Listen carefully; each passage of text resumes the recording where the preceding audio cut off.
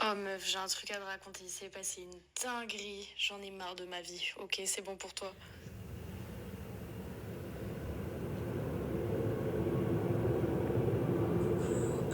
Du coup, c'était pour te dire que Madame Bernard, elle nous avait mis ensemble sur l'exposé à faire pour le 24. Donc, ce serait cool. Ouais, rappelle maman là, parce que je sais pas, elle fait que de m'appeler pour me dire que tu la rappelles pas. C'est- Le réalisateur aurait escroqué 11 millions de dollars à Netflix. Il risque la prison. Chercheurs ont étudié la vie sexuelle de... L'éducation nationale a décommandé plus de 800 000 livres de La Belle et la Bête, revisités, destinés à des CM2. Voici les effets de l'espace sur le corps des 2 astronautes restés coincés depuis 9 mois dans la Station Spatiale Internationale. Première palpation, saisie d'objets, caméra, voici ce qui change dans les transports en commun. Hello meuf, bah écoute, je suis un peu dans le rush ce matin et tout, j'écouterai après, mais vas-y raconte, ça a l'air hyper chaud.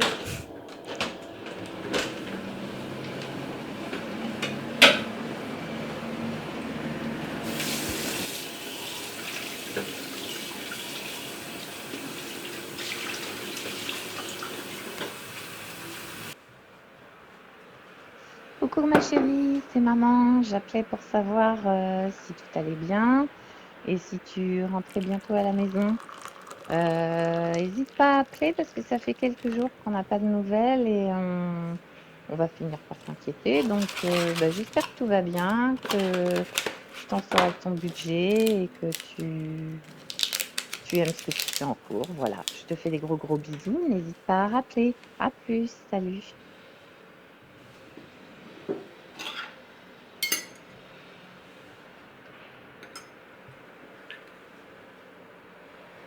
Jeunes adultes. Les 2 dernières alertes en date sont un baromètre de Santé publique France, selon lequel les épisodes dépressifs ont quasiment doublé chez les 18-25 ans entre avant et après le Covid. Un jeune sur 5 a traversé un état dépressif en 2021.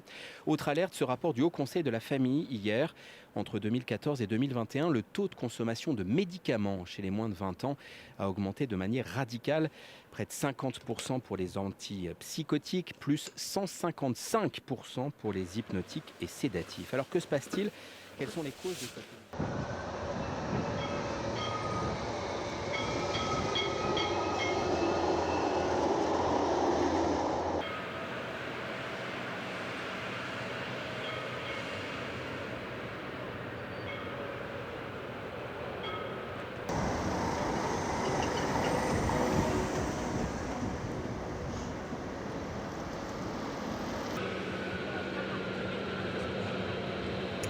Bon, en gros, comment expliquer ça? Enfin bon, ça s'arrête assez clair et net. En gros, avec Mathias, c'est fini parce que il est allé voir ailleurs. En plus, avec une de ses ex, donc bah, j'ai bien le seum. Bah, juste en fait, ça montre bien que je choisis très bien mes hommes, encore une fois, des goûts de chiottes. Mais bon, c'est une erreur de plus au palmarès. Enfin bon, je me dis qu'au moins là maintenant je vais passer du temps avec moi-même. Voilà, se recentrer sur moi, c'est quand même une plutôt bonne idée. Putain meuf, bon je suis désolée, je suis dans le tram, du coup je parle pas hyper fort. Mais franchement, je suis un peu choquée. Genre, en vrai, c'est pas la première fois que t'as des histoires comme ça et ça commence vraiment à être lourd pour toi. J'espère vraiment qu'un jour tu trouveras quelqu'un qui te mérite et qui te garde, quoi. Enfin, qui voit en toi la personne extraordinaire que tu es et tout. Enfin, en tout cas, j'espère que toi, de ton côté, ça va quand même. Et si jamais tu veux qu'on se capte et tout pour en discuter, ben n'hésite pas à venir me voir. Bah là, j'avoue que ça devient un peu lourd. Qu'il y ait des trucs comme ça. Enfin, c'était pas utile surtout en ce moment. Enfin, c'est un peu. La vie est un peu. C'est un peu de la merde en ce moment, on va pas se mentir. J'ai pas de réponse de mes écoles.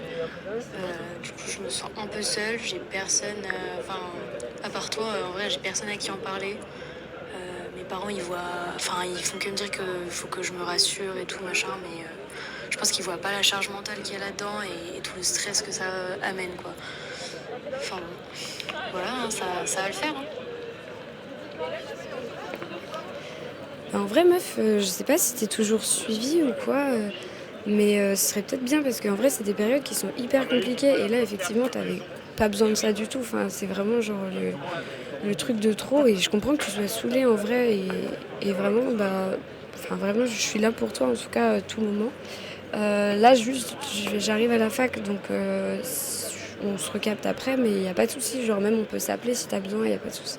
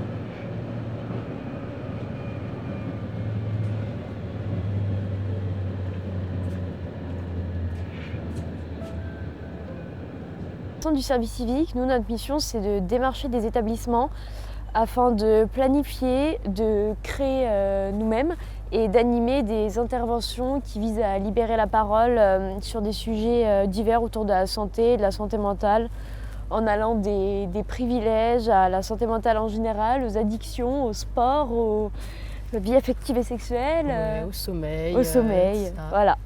Et du coup, nous, c'est à travers, lors de nos interventions, en fait, on va faire des activités. Donc, c'est vraiment hyper ludique et on adapte selon la tranche d'âge face à laquelle on est.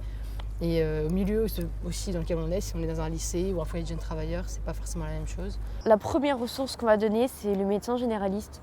Parce que c'est la porte d'entrée vers la santé et que ce médecin-là, il est tenu au secret professionnel. Et donc lui, il peut nous réorienter, il peut nous écouter et personne n'en saura rien.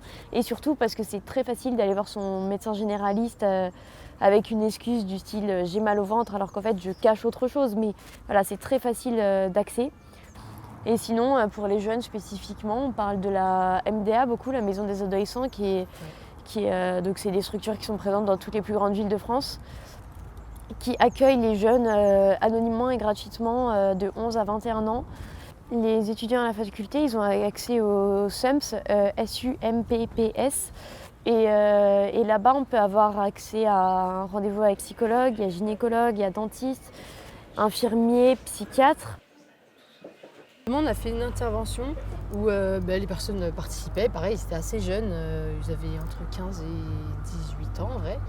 Et on s'est pas rendu compte, les interventions se faisaient, etc. Et les personnes rigolaient beaucoup. Mais à la fin, une des personnes qui rigolait beaucoup, etc., qui pouvait avoir l'air très légère, est venue nous parler de choses assez difficiles de sa vie et elle nous a demandé de l'aide, tout simplement.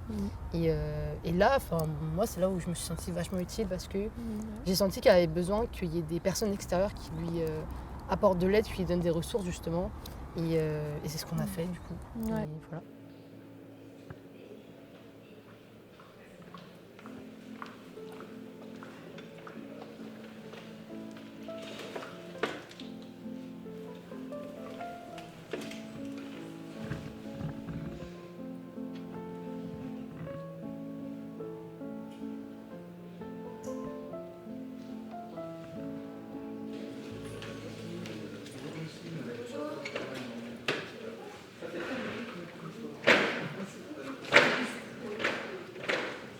Bonjour. Alors dis-moi, qu'est-ce qui t'amène? Je viens vous voir parce que en ce moment c'est pas la grande forme. Je suis hyper angoissée avec la fac, mon nouveau rythme de vie et je crois que j'ai besoin d'en parler. Oui, t'as bien fait de venir ici. Alors c'est depuis quand que tu te sens comme ça? Ouais. Depuis combien de temps? C'est arrivé là en début d'année quand je suis arrivée à la fac parce que du coup j'ai dû quitter la ville où j'ai grandi, donc quitter mes amis, ma famille et du coup je me sens très seule et j'ai vraiment Ouais, beaucoup de solitude et beaucoup de mal à trouver mon rythme aussi, D'accord. à me motiver à faire des choses. Ouais. Tu as des amis avec qui en parler, de la famille? J'ai des amis, de la famille, tout ça, mais la famille c'est compliqué et je dois avoir 1 ou 2 amis à qui je peux en parler, mais c'est vrai que je m'étais dit que peut-être voir quelqu'un, ça pourrait aussi me permettre de me prendre en main et d'aller vraiment mieux pour le coup. Bah, t'as raison, bah, t'es venue au bon endroit.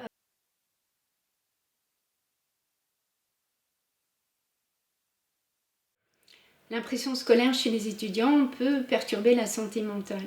Il y a plusieurs sources de perturbation en fait. Elle peut venir, donc la pression peut venir de la part de l'institution elle-même, de la part des profs, de la part des parents et puis de la part de l'étudiant lui-même. Il y a aussi la famille qui peut mettre de la pression, tout dépend des carrières qu'on choisit. Face à la pression scolaire chez les étudiants, il y a des facteurs de risque qu'on peut déjà commencer à déjouer en soignant son sommeil, son alimentation et puis en prenant soin de soi, en faisant du sport. Donc les facteurs de risque, ce serait de rester enfermé, de ne pas avoir de relations sociales, de manger quelque chose qui ne soit pas nutritif, de mal dormir, de ne pas respirer, de ne pas aller dehors. S'il y a une pression scolaire, qu'on n'est pas bien et qu'on ne fait rien, je pense qu'il y a 2 options possibles. Soit on évolue suffisamment, on prend les choses en main soi-même, l'étudiant fait ça et puis il fait face à ses problèmes, il apporte des solutions lui-même. Soit il ne veut pas voir qu'il a des problèmes, donc il reste un peu enfermé dans sa tête ou chez lui.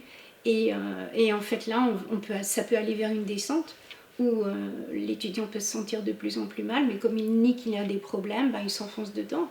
Ça peut mener à des moments où on n'est vraiment pas bien, des moments de déprime ou des moments où on se sent désemparé, complètement perdu, et il y a du décrochage qui se fait à ce moment-là aussi.